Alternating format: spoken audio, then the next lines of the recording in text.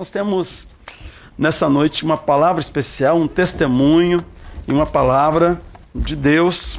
Eu estava viajando com 2 irmãos esse final de semana e lembrar o nome do país pelo qual estamos orando e estamos representados pela Jennifer. O nome não veio de jeito nenhum. Nós ficamos assim, ela está lá na América Central, aquele país perto daquele outro, e o nome naquele momento não saiu. Jennifer estava na Nicarágua, passou lá uma semana e eu a convidei para compartilhar da experiência dela lá e ministrar a palavra do Senhor nessa noite, em nossos corações. Sua palavra, traga para a moça aí atrás.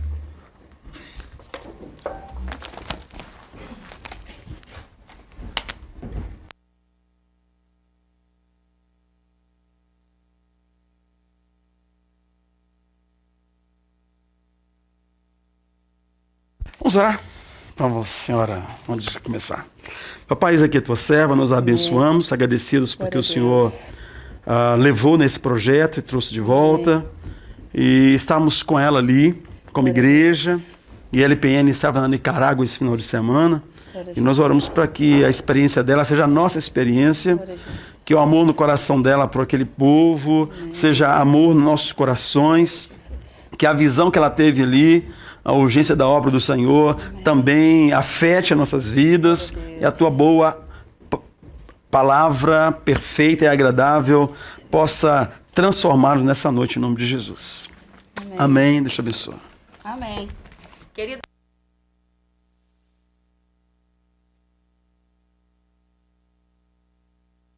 Falta intimidade.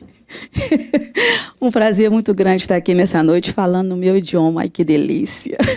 Passei 7 noites, na verdade, 7 dias, né? Que a gente estava fazendo 3 pregações no dia. E realmente foi um regime militar e espiritual, um regime militar, mas muito bom, muito gratificante, realmente. Eu quero agradecer aos irmãos que colaboraram. Aliás, eu gostaria que ficasse de pé os irmãos que colaboraram com esse projeto de uma forma direta, tá? Bem, tá? Rapidinho, só para mim, por favor, que contribuíram financeiramente com o projeto, porque parte desse testemunho é o seguinte, o que está no projeto de Deus, mesmo que você não queira, Deus faz acontecer. E quando a faculdade lançou o projeto, eu não acreditei nele, não para mim, porque não estava dentro das minhas possibilidades, mas estava no coração de Deus. E o que nasce no coração de Deus, Deus executa e faz acontecer na sua vida. Para a glória de Deus aconteceu na minha, muitos irmãos colaboraram com isso e eu quero agradecer aos irmãos que foram usados para esta bênção. Então, olha, eu trouxe umas fotos para os irmãos e começamos ali na Nicarágua, fomos pela Faculdade de Teologia UCES, a que a gente está fazendo, tá? E o nosso transporte era esse, todo mundo disfarçado de crente, porque nós combinamos o seguinte, que nós não iríamos escandalizar, iríamos em muitas igrejas, então a gente não iria trazendo escândalo, então era manga comprida, e saia no joelho e sapato fechado. Era o nosso projeto lá, e realmente fomos abençoados por isso aí. O nosso transporte era esse carro, e a gente ia atrás, e quem tinha sorte ia na frente, mas assim a gente ia. Bom, a igreja que nos recebeu foi do pastor Mário Espinosa, ele é, né, o presidente de todos os pastores das igrejas pentecostais da Nicarágua. Muito bem relacionado, e essa foi a igreja, nossa primeira igreja lá em Manágua. Uma igreja com muito povo jovem, tá? Muita bênção. Muitos jovens. Bom, esse foi o nosso café da manhã. Foi difícil para mim o primeiro dia, tá? Porque esse primeiro aí foi a igreja que nos deu. E eu pensei, os irmãos estavam desprovidos de pão ou de qualquer coisa e deu pra gente feijão com arroz. Então, mas aí no outro dia seguinte, o prato do restaurante era aquele de segundo ali. Então eu pensei, não, os irmãos deram o melhor deles para nós. E isso aí chama galapito. Galopito é o tradicional de lá. Então, no café da manhã, a gente come isso. Ovos mexidos, arroz com feijão, o pão, se quiser, e o pedacinho de queijo é só no restaurante. Você viu que fora do restaurante não tinha, não. Essa aí é uma igreja de jovens, mas uma coisa que me chamou a atenção, queridos. As crianças oram. Antes do culto, elas também são colocadas ali junto com os adultos, participam e oram.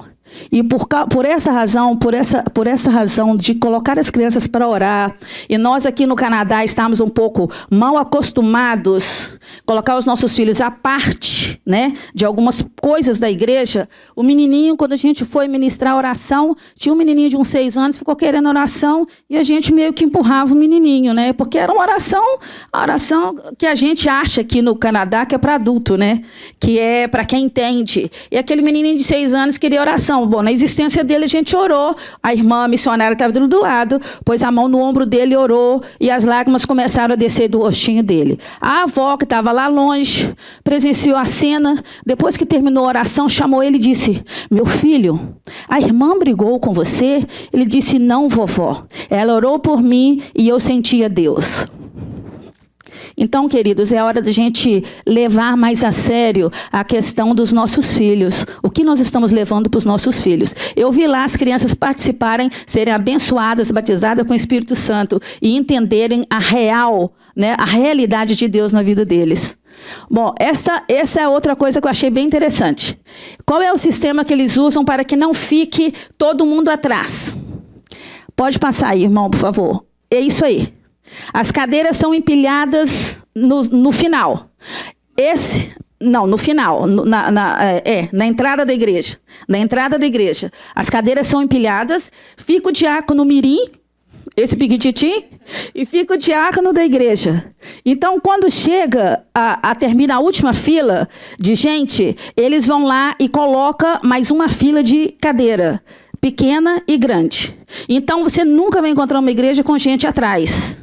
Sempre vai ter todo mundo na frente. Porque quando encheu a igreja, é porque as cadeiras foram colocadas e aí a igreja fica cheia desse jeito já. Aí passa, por favor, com ninguém lá atrás. Se precisar de mais uma fileira, o diácono corre e coloca. Então, assim funciona. Bom, essa foi uma experiência que eu vivi, tá? Que não vou esquecer nunca mais. E é uma experiência, eu falei assim, mas irmã, é desnecessário isso, você passar isso para nós? Não acho, não. Vou te falar por quê. Porque nós estamos habituados ao conforto e nós muitas vezes nos esquecemos do que vivem os nossos irmãos em Cristo e ainda conseguem ser mais fiéis do que nós. Então, essa entrada aí, a gente tomava muita água, muito calor, os irmãos muito solidários, toda hora traziam uma garrafa de água para nós, lá dentro do templo, e a gente suando, então a gente tinha uma necessidade de banheiro, né? Porque morando no Canadá, rico ou pobre, quando baixa a necessidade é de todo mundo, né? Então, essa é a entrada para o banheiro. A irmã chique lá, de saia branca, ela foi lá e ela disse, olha, irmã, eu não estou assim tão apertada, não. E eu falei, irmã, mas eu preciso, o que é? Vou lá, né? Fui. Pode passar, irmão. Essa é a entrada do banheiro. E a irmã, lógico, isso aí gera comunhão, porque uma vai e a outra vigia. Entendeu? Isso gera comunhão. Tem que ser assim, ó. Irmã, vão lá comigo.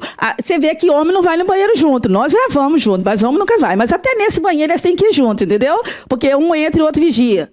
E aí eu entrei, e a primeira coisa eu falei, que é isso? Eu sinto em cima disso? Ou eu tiro isso? E fiquei ali, em pé, olhando, e resolvi tirar. E quando eu tirei, eu falei, Senhor, não dá para esperar mais um tempo até a gente voltar lá para nossa... Porque a casa onde estava tinha um banheiro, não são todas, mas a casa que a gente estava, a gente era abençoado e tinha um vaso sanitário normal lá. Mas então essa é a realidade dos irmãos em Cristo, que saem da igreja e tem que ir ao banheiro, passa por aquele trajeto, não. Mas as irmãs não pensam, estão de salto elegante, elas passam no trajeto assim, já estão habituadas, entendeu? Não reclamam e está na bênção. Então... a gente tinha, pode passar, meu irmão, a gente tinha 5 minutos para comer, nesse regime militar, entre uma igreja e outra, nós tínhamos meia hora para comer, na verdade, mais 20 minutos o restaurante passava para nos entregar o prato, a gente escolhia o prato, a etiqueta tinha que sair, porque não tinha jeito. Ou a gente comia assim, ou a gente não comia o que a gente viu. Então, aí a gente prosseguia, realmente... Lógico, vocês viram que eu puxei para mim, né? Minha foto não passou a hora que eu estava comendo.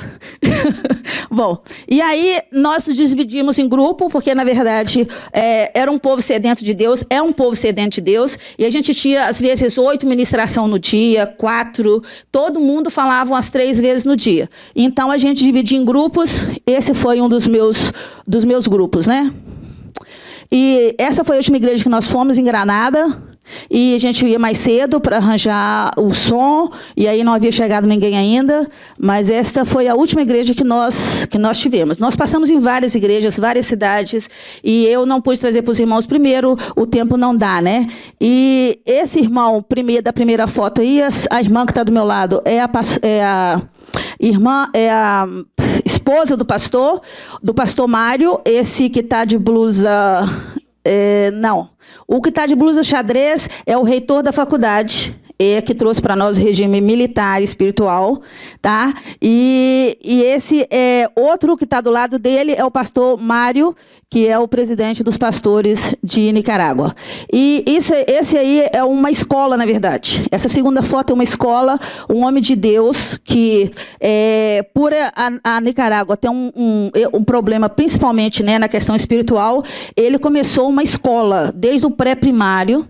Então, a escola vai para crianças e adolescentes, né, porque vai até o 2º grau, pela fé.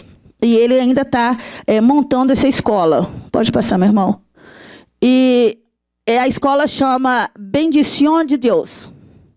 Viu o meu o meu sotaque? Então, e ali as crianças vão... Esse é o transporte das crianças. Fiquei impressionada com o tanto de bicicleta que eu vi ali quando cheguei. É o transporte das crianças para ir para a escola. Essas crianças são atendidas pela manhã, com o café da manhã e o almoço também. E elas não pagam a escola. Então, realmente pela fé. Ele gasta uma faixa de uns $10 mil todo mês para esse projeto, para manter esse projeto, para manter os professores, para manter a escola, mas você vê Deus agindo na vida dessas crianças, porque desde muito pequeno eles começam a aprender de Deus. E tem um detalhe, só entra lá se estiver com a Bíblia na mão. Pode ser uniforme que não vai voltar, mas se não levar a Bíblia na mão, eles não entram na escola. Essa é a regra da escola. É o pastor que colocou essa regra para eles poderem não esquecer a Bíblia. Aí a gente havia terminado o nosso projeto, já todo mundo feliz e já voltando para casa, né? Foi nosso último dia de Nicarágua, esse aí. Depois, o nosso único passeio que fizemos, mesmo assim, porque eu não estava escalada para pregar naquela noite, então eu falei, não, eu vou também. E fomos conhecer o vulcão, que ainda está ativo na Nicarágua. Eu sempre tive vontade de ver, né, aquilo que eu vejo na TV, aquela lavazinha passando, e foi lá nós chegamos, e foi o único lugar que a gente pôde visitar, porque não houve tempo realmente. Foi uma bênção muito grande para a minha vida de crescimento diante de Deus. Eu coloquei poucas fotos, primeiro porque a gente não tinha tempo nem de tirar foto. Cada um tirava quando dava, e a gente se comprometeu a passar um para o outro, né? E foi as que eu consegui hoje para mostrar para vocês.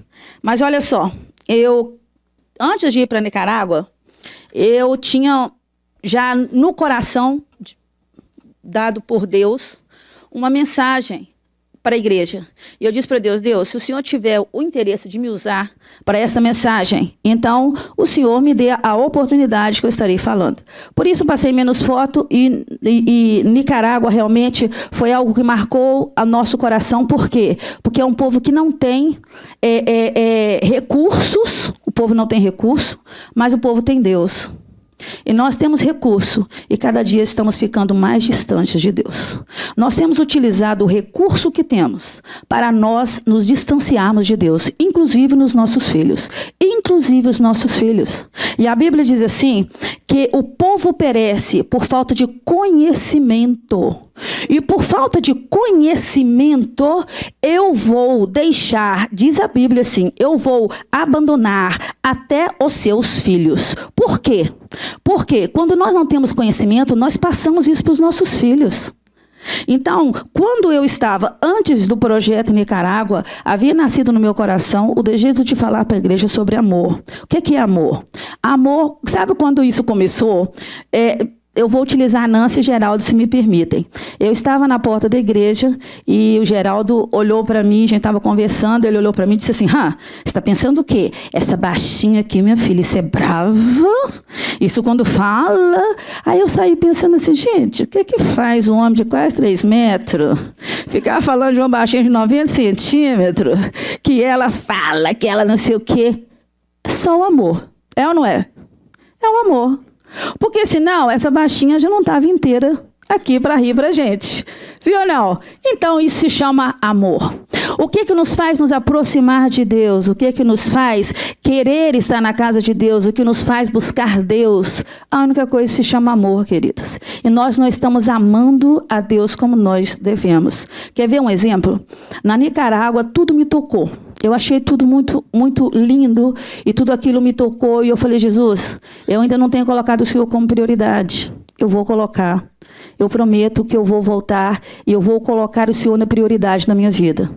E aí, voltei para o Canadá. Nos ares do Canadá, hoje, eu voltei muito cansada na sexta-feira, fui trabalhar. Depois eu fui fazer um trabalho que eu tinha atrasado, virei à noite. No sábado eu fui para a faculdade, depois eu voltei, tinha mais trabalho para fazer e eu não dormi.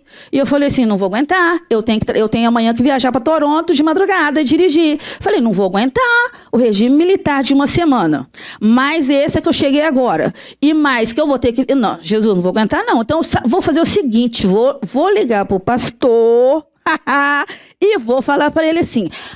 Eu vou falar no outro domingo. Aí Jesus falou assim, você não falou que ia me dar prioridade? Falei, mas Jesus, o dinheiro de amanhã vai me fazer falta, o senhor sabe. Jesus não quis saber de negociação. Você me disse que ia me dar prioridade. Aí eu falei, é verdade. Não vou ligar para o pastor, não. Vou ligar para o meu trabalho. Olha, eu não vou poder ir hoje, não. É o seguinte, você sabe que eu preciso de você no domingo. Se você não vier, provavelmente você pode ser demitida. Falei, bom, se é chantagem eu não sei, mas eu prometi dar prioridade. E eu vou para a igreja hoje falar o que Deus tem para falar. Então, o que acontece? A gente tem vivido o desamor a Deus sem perceber. Sutilmente. Por exemplo, você que é esposa, se o seu marido, todas as vezes que ele tiver uma escolha a fazer, e nessa escolha tiver você, e a opção não for você, será que você vai se chatear um dia? Possivelmente. Eu não sou importante, é o que você vai pensar. Ele não me ama. Nós mulheres já temos a mania de falar, ele não me ama por coisa mínima. Imagina se todas as vezes que tiver que fazer opção, ou por um marido, ou pela esposa, e você opta por uma coisa secular, a gente vai começar a se sentir pouco importante. E com Deus não é diferente. A Bíblia diz assim, a minha glória eu não darei a outrem. Então nós temos ensinado, nós temos aprendido não é o que a gente escuta, mas é o que é conveniente para nós. Né? É que nós, nas escolhas, vamos deixar Deus porque Deus entende.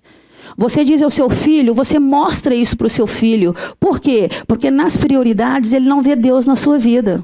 Porque se você amar a Deus de verdade, você vai pensar assim, poxa vida. Quando a Bíblia diz sobre conhecimento, é justamente isso. Porque quando você tem o conhecimento de Deus de verdade, até a oração você começa a participar, que é o culto mais difícil que tem da igreja. Então, o que acontece quando você ama? Você vai pensar naquela pessoa que você ama, não é assim? Você pensa no seu esposo. Quando você vai fazer uma comidinha, você fala, não, eu vou fazer hoje quiabo. Ah, é horrível, mas ele gosta de quiabo. Mas quando você trata de Deus, da obra de Deus, você já acha que Deus tem que entender que você não vai fazer porque não pode, como a minha negociação com Deus hoje. Quer dizer, eu tenho que escolher, eu vou escolher meu trabalho. Mas a Bíblia disse assim, que nós devemos realmente buscar ao Senhor e ser adoradores que adorem em espírito e em verdade. Chegou o tempo da nossa vida, queridos, que nós temos que escolher que lado que nós vamos servir. Porque não dá para você buscar as coisas de baixo e se esquecer da de cima, ou buscar, você tem que buscar, a Bíblia diz assim que nós temos que buscar, lá em Colossenses 3, as coisas que são de cima, e Deus vai estar cuidando para você das coisas aqui da terra. E nós temos feito o contrário, nós temos colocado as coisas da terra nas nossas vidas e deixado as coisas de cima para quando a gente tem tempo, principalmente no Canadá. Queridos, a gente usa o tempo, a gente usa o trabalho, a gente usa os filhos, a gente usa tudo, nós temos colocado tudo na frente de Deus aqui. Por essa razão a depressão, por essa razão o desamor, por essa razão as igrejas muitas vezes vazias, por essa razão o problema no seu lar. Por isso, porque a Bíblia diz que nós perecemos por não conhecer o Senhor Jesus, por não conhecer a palavra. Porque se nós conhecemos e colocarmos em prática, nós vamos ler, olha, 2 Pedro 3 diz assim: cresçam, porém, na graça e no conhecimento do nosso Senhor e Salvador Jesus Cristo. E a Ele seja a glória, agora e para sempre. Amém. Queridos, 1 João 3:18. Cresçam. O alvo de Deus para a nossa vida é crescimento. Dá uma olhadinha para trás, provavelmente você vai ver que você cresceu financeiramente, provavelmente você vai ver que o seu filho cresceu centímetros, você vai ver que muitas coisas na sua vida andaram bem. E a sua vida espiritual cresceu? A sua comunhão com Deus cresceu? Você vai medir se a sua comunhão com Deus cresceu quando você começar a pensar nas coisas que são de Deus. A igreja hoje está vazia e eu não estou lá. A oração está vindo 3 pessoas e eu preciso estar lá. A casa de Deus precisa de mim, a obra de Deus precisa de mim, o reino de Deus precisa de mim. Quando nós, na verdade, colocarmos isso como prioridade na nossa vida, possivelmente as demais coisas da sua vida serão acrescentadas. Porque a gente viu na Nicarágua muita pobreza, sabe? Muita pobreza. Mas a gente via também muita alegria. É um povo feliz. Ah, por que é um povo feliz? Será que sonha pouco? Não. Eles sonham muito. Sonham e Deus tem realizado o sonho deles. Vocês viram que o projeto do pastor não é um projeto fácil. Um projeto de escola. E sabe qual é o sonho dele agora? Universidade. Irmã, o próximo passo nós faremos a universidade. As paredes ainda do colégio não estão prontas. É lona. Mas ele está projetando a universidade e vai acontecer em nome de Jesus, porque ele colocou como prioridade. As coisas na sua vida vão acontecer quando Deus ser prioridade. Mas, irmão, eu vou na igreja no domingo, mas será que é só isso que Deus quer de você? Deus quer mais de você. A sua casa é templo do Espírito Santo de Deus. E o seu filho precisa entender, o seu filho precisa compreender. A gente viu crianças lá e a gente não via tablet, a gente não via. Vocês viram, não sei se vocês viram ali que passou. Irmão, se puder, volta aí para mim, por favor, onde tem uma plaquinha ali. Essa aí. Não, uma plaquinha. Não, aquela plaquinha com letra vermelha. Da escola, exatamente. Então, eu tirei essa foto justamente por quê? Porque é uma coisa que tem na entrada da igreja e todos obedecem. Todos são normas, essa aí, que todas obedecem, entendeu? Prepare fisicamente e espiritualmente. Antes de começar o culto, apaga o seu celular, tá? Não masque chiclete, mantenha os seus filhos sentados, tá?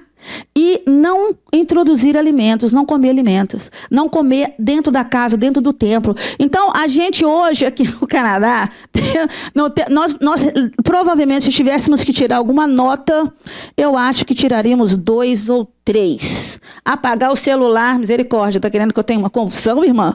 Sem chance, né? Então, assim, mascar chiclete, queridos, o piso da igreja fica de chiclete, que é uma bênção. Lá em cima, fantástico, sabe? Então, nós não estamos respeitando a casa do Senhor Jesus.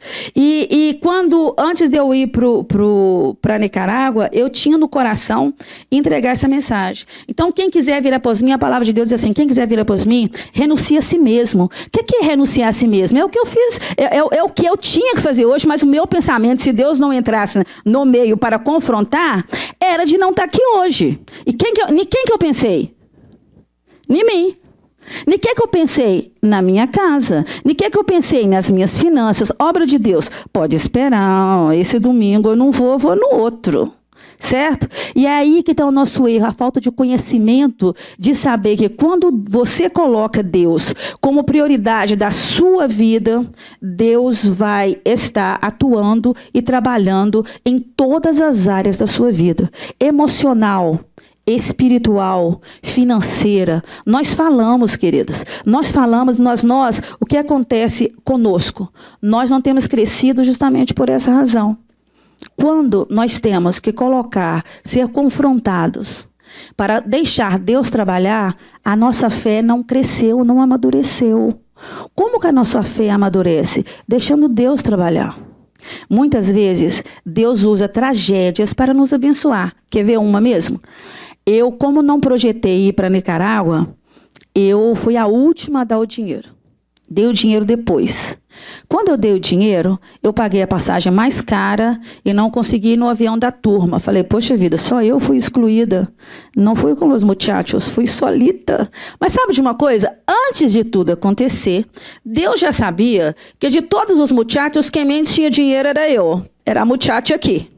Então Deus falou assim, olha, eu vou quebrar o galho dela, mesmo que ela não sabe, mas eu sei, então eu não vou deixar acontecer. O que aconteceu? Houve aquela tempestade de neve na quarta-feira, o voo deles foi cancelado, eles passaram 3 dias no México gastando dinheiro. A muchacha aqui ia morrer. Então Jesus olhou lá do alto e disse assim, bom, eu vou te tirar aquela do grupo, eu vou levar, mas aquela não tem o dinheiro para o México, então eu vou excluir do grupo, levar sozinha, e quem chegou primeiro lá fui eu. Isso gerou mais intimidade com o pastor local, com os irmãos lá, né? E a única coisa é que eu tive que falar um pouquinho mais. E aí a outra experiência... Cheguei lá, rolando no espanhol, deitando no espanhol, né? Falava bem demais, preocupada só com algumas palavritas.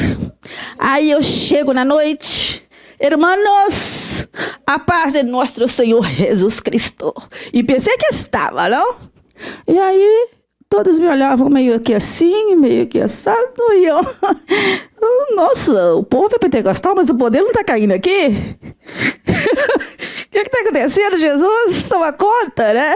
E aí eu falo, e aí eu fiquei mais nervosa, né? E aí, terminou o culto, um dos pastores perguntou assim, teve muito bom, irmã, mas que idioma que a irmã falou? Ai, meu pai... Aí, para completar o meu, né? Chegou uma irmãzinha lá, humilde, disse assim, ai, irmã, que lindo que a irmã falou. Meu filho achou lindo. A gente só não entendeu. Mas, olha, a irmã fala muito bonito. Eu fui para casa, irmãos. Naquela noite, todos foram dormir e eu fui buscar o Senhor. Senhor, o Senhor não me trouxe aqui para passar vergonha. Eu pensei que eu estava rolando no espanhol e ninguém me entendeu. Aí, eu fui orar naquela noite. E propus no meu coração não falar mais. E aí, de manhã, um testemunho desse, eu falei, me arrasou. Aí, para mim que fui deitando, rolando espanhol. Aí, a gente ia no outro dia, a gente se reunia no café da manhã para poder... para poder falar. O irmão perguntava qual o tema. Pelo tema, ele nos colocava. Então, até que hora que eu tenho? Até que hora que eu tenho? Ok. Aí, o que acontece? Pelo tema, ele nos colocava. Chegou a minha vez, irmã, qual o seu tema? Nenhum, pastor. Não me sinto confortável. Ninguém me entendeu. Ele quer? Você não veio para cá passear, irmãzinha. Você veio para cá aprender. Então, nós vamos fazer o seguinte com você. Você vai poder falar menos. Porque nós tínhamos algumas igrejas, as igrejas com 5 horas de culto. A gente suado, tinha que cantar e pular e ainda pregar 2 horas. E aí, o que acontecia? Me deram, o que fizeram comigo? Não, a gente vai te dar menos tempo, mas você vai falar. Só faz o seguinte, você deve ter ficado nervosa, se empolgou, não sei, você falou muito rápido, a gente também não te entendeu. Falei, meu Deus, falei línguas. E aí, eles me deram menos tempo. E as irmãs me ajudaram, né? Quando eu me empolgava, acelerava, as irmãs ficavam assim para mim. Ou seja, a gente não está te entendendo, não.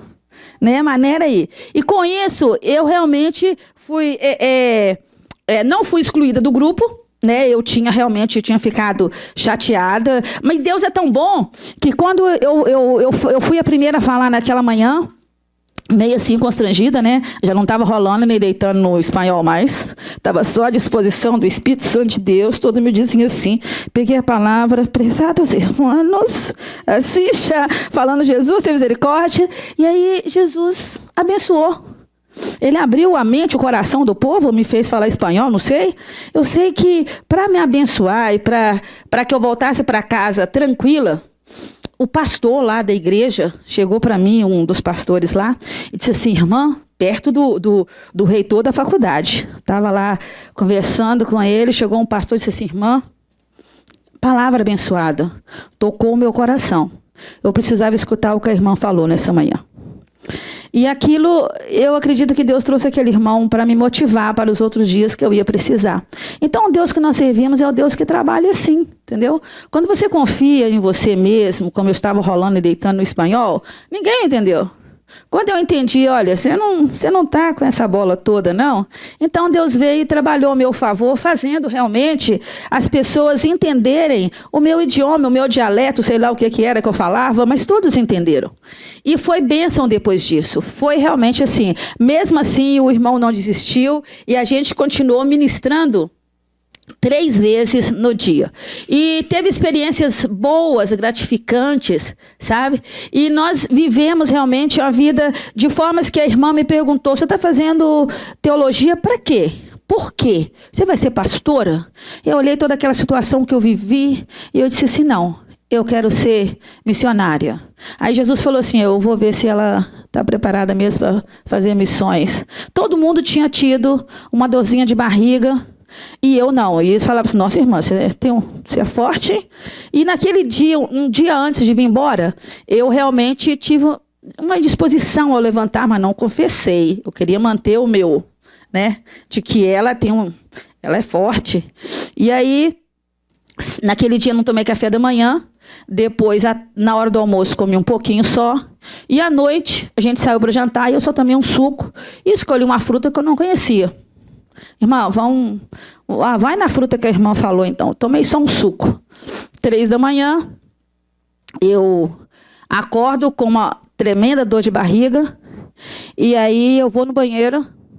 E eu falei, graças a Deus, que a minha dor de barriga nesse banheiro não é no banheiro da igreja. Eu já agradeci ao Senhor Jesus. Aí eu levantei, estávamos no quarto com várias pessoas, com várias irmãs. Eu levantei assim, para não fazer barulho com as irmãs, fui no banheiro. Aí quando eu vou no banheiro, vou lá, graças a Deus que estou no banheiro. Aí quando eu olho, não tem papel. Aí eu, não tem papel, não tem problema, não entre em pânico, você não faz barulho, mas vai tomar um banhozinho. Então, olhei, não tinha papel, vou tomar banho. Aí quando eu vou tomar banho, não tem água. Aí eu, não tem água. Aí eu, Senhor, o que eu vou fazer? Aí deu um estrondo tão grande que eu falei, misericórdia, Jesus voltou e vai me deixar desse jeito. E ele também não leva os cachorros não, porque os cachorros começaram. Eu falei, meu Deus, Jesus voltou, não levou nem eu e deixou os cachorros também. Cachorro não é pro céu não. Que estrondo horrível que deu, irmãos. E aí acabou a luz. Eu falei, Jesus, tem misericórdia de mim. Aí eu falei, o que eu vou fazer? Aí uma irmã foi tocada por Deus. Ela teve isso tudo. Bateu na porta do banheiro. Me deu meia garrafinha de água dela que tinha sobrado. Com esse banho, a gente foi para mais um dia de missão. Me sentia tão fedendo que eu estava assim... Parceiro, mano. Mas, irmãos, a gente só voltou para casa naquele dia, 10 da noite. E é assim que Deus trabalha. Quando Deus tira da nossa zona de conforto e trabalha com a gente. Olha, aí eu falei assim, Jesus, se depois dessa eu quiser ser missionária, É porque o Senhor tem um chamado. Entendeu? E assim é. Assim foi as experiências lá, bem vividas, né? Mas o que Deus requer de nós, na verdade, é essa sinceridade, esse confiar. É o descansar. Quando eu fui, deixei muita coisa para trás e eu disse assim, olha, eu vou descansar no Senhor. Enquanto eu estava lá, minha varanda caiu, sabe? Mas o Senhor tem o controle de todas as coisas. Deus, como eu disse, como Deus pega as coisas que eu achei que era ruim, poxa vida, eu sou a única que não falo espanhol, porque os outros, alguns haviam nascido aqui, mas eram filhos de pais que falavam espanhol, também falavam espanhol, e eu já havia sido excluída do grupo desde o princípio, mas Deus estava cuidando de mim. Ele sabia que eu não tinha dinheiro para fazer tour no México, não agora. Então, ele cuidou de mim, eu cheguei lá primeiro. Né? Então, mesmo nas tragédias da vida, a gente precisa conhecer, já começar a crescer no conhecimento do Senhor Jesus. Porque quando nós conhecemos, por que você descansa quando você, às vezes, perde o seu trabalho e o seu marido está trabalhando? Você descansa porque você sabe que o seu marido vai manter a sua casa. Não é? Ah, meu marido vai dar um jeito. Por que o seu filho descansa quando você está perto? Porque ele sabe que o meu pai é super-herói, a minha mãe é super-herói. Então, nós precisamos ser filhos que aprendem a descansar no Senhor Jesus. O dia que a gente conhecer a Deus de verdade, a gente vai aprender a descansar nas dificuldades. E aí a gente vai deixar Deus trabalhar. E é isso que Deus quer fazer na nossa vida, nesses últimos dias, é trabalhar a nosso favor. Para quê? Para preparar um povo santo que vai morar no céu. Nós somos imigrantes no Canadá só não, gente. Nós somos imigrantes nessa terra. Nós estamos de passagem aqui.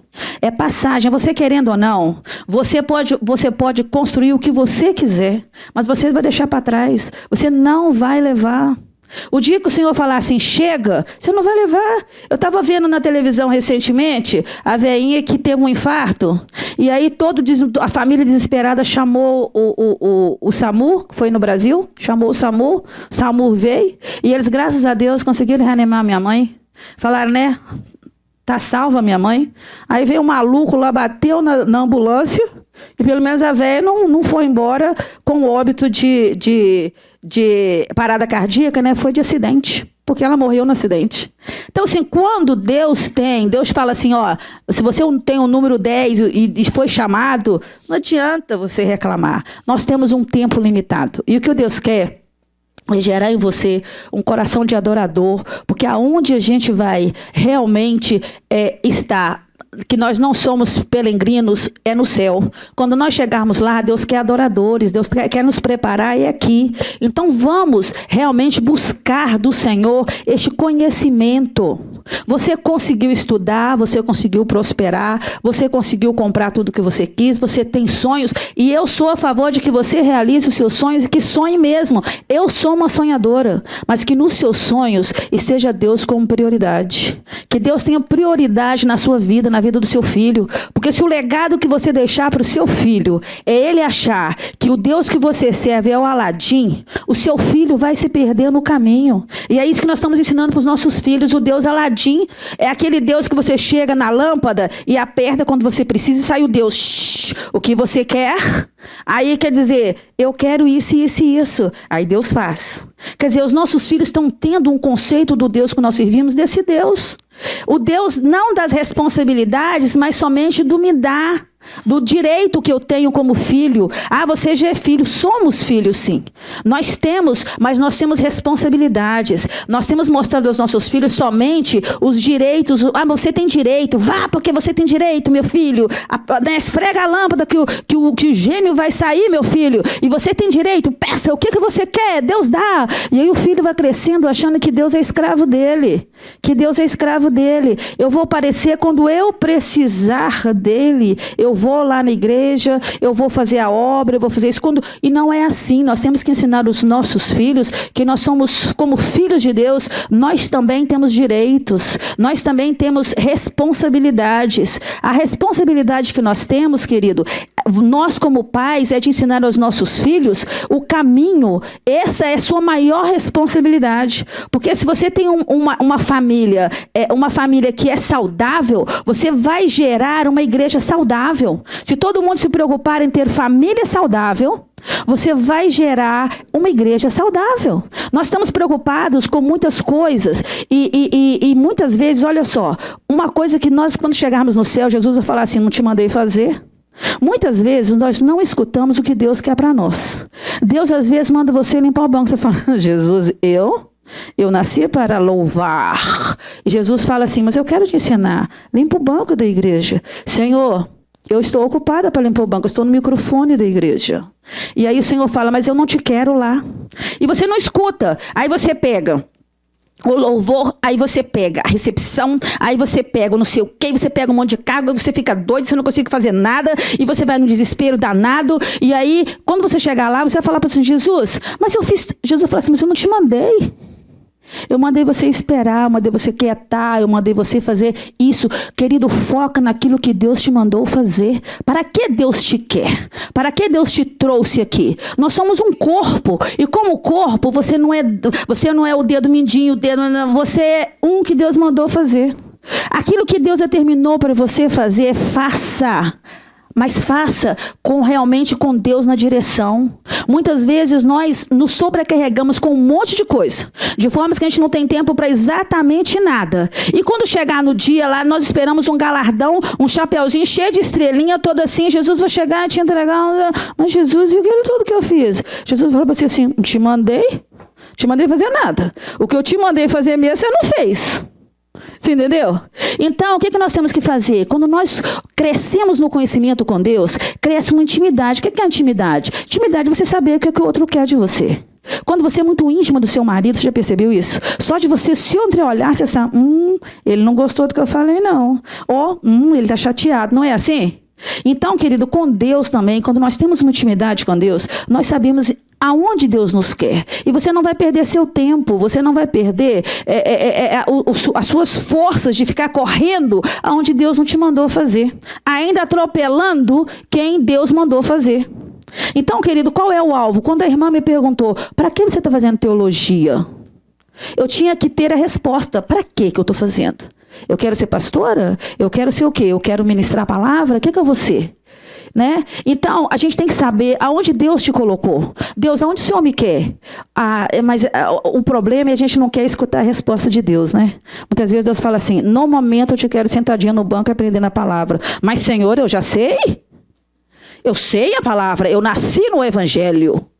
Mas aí você não sabe ainda aquilo que Deus quer te dar de conhecimento para que você passe depois. Certo? O que eu vivi na Nicarágua em 7 dias foi um conhecimento tremendo de talvez anos da minha vida. Por quê? Porque o reitor da faculdade também não pegou leve com ninguém.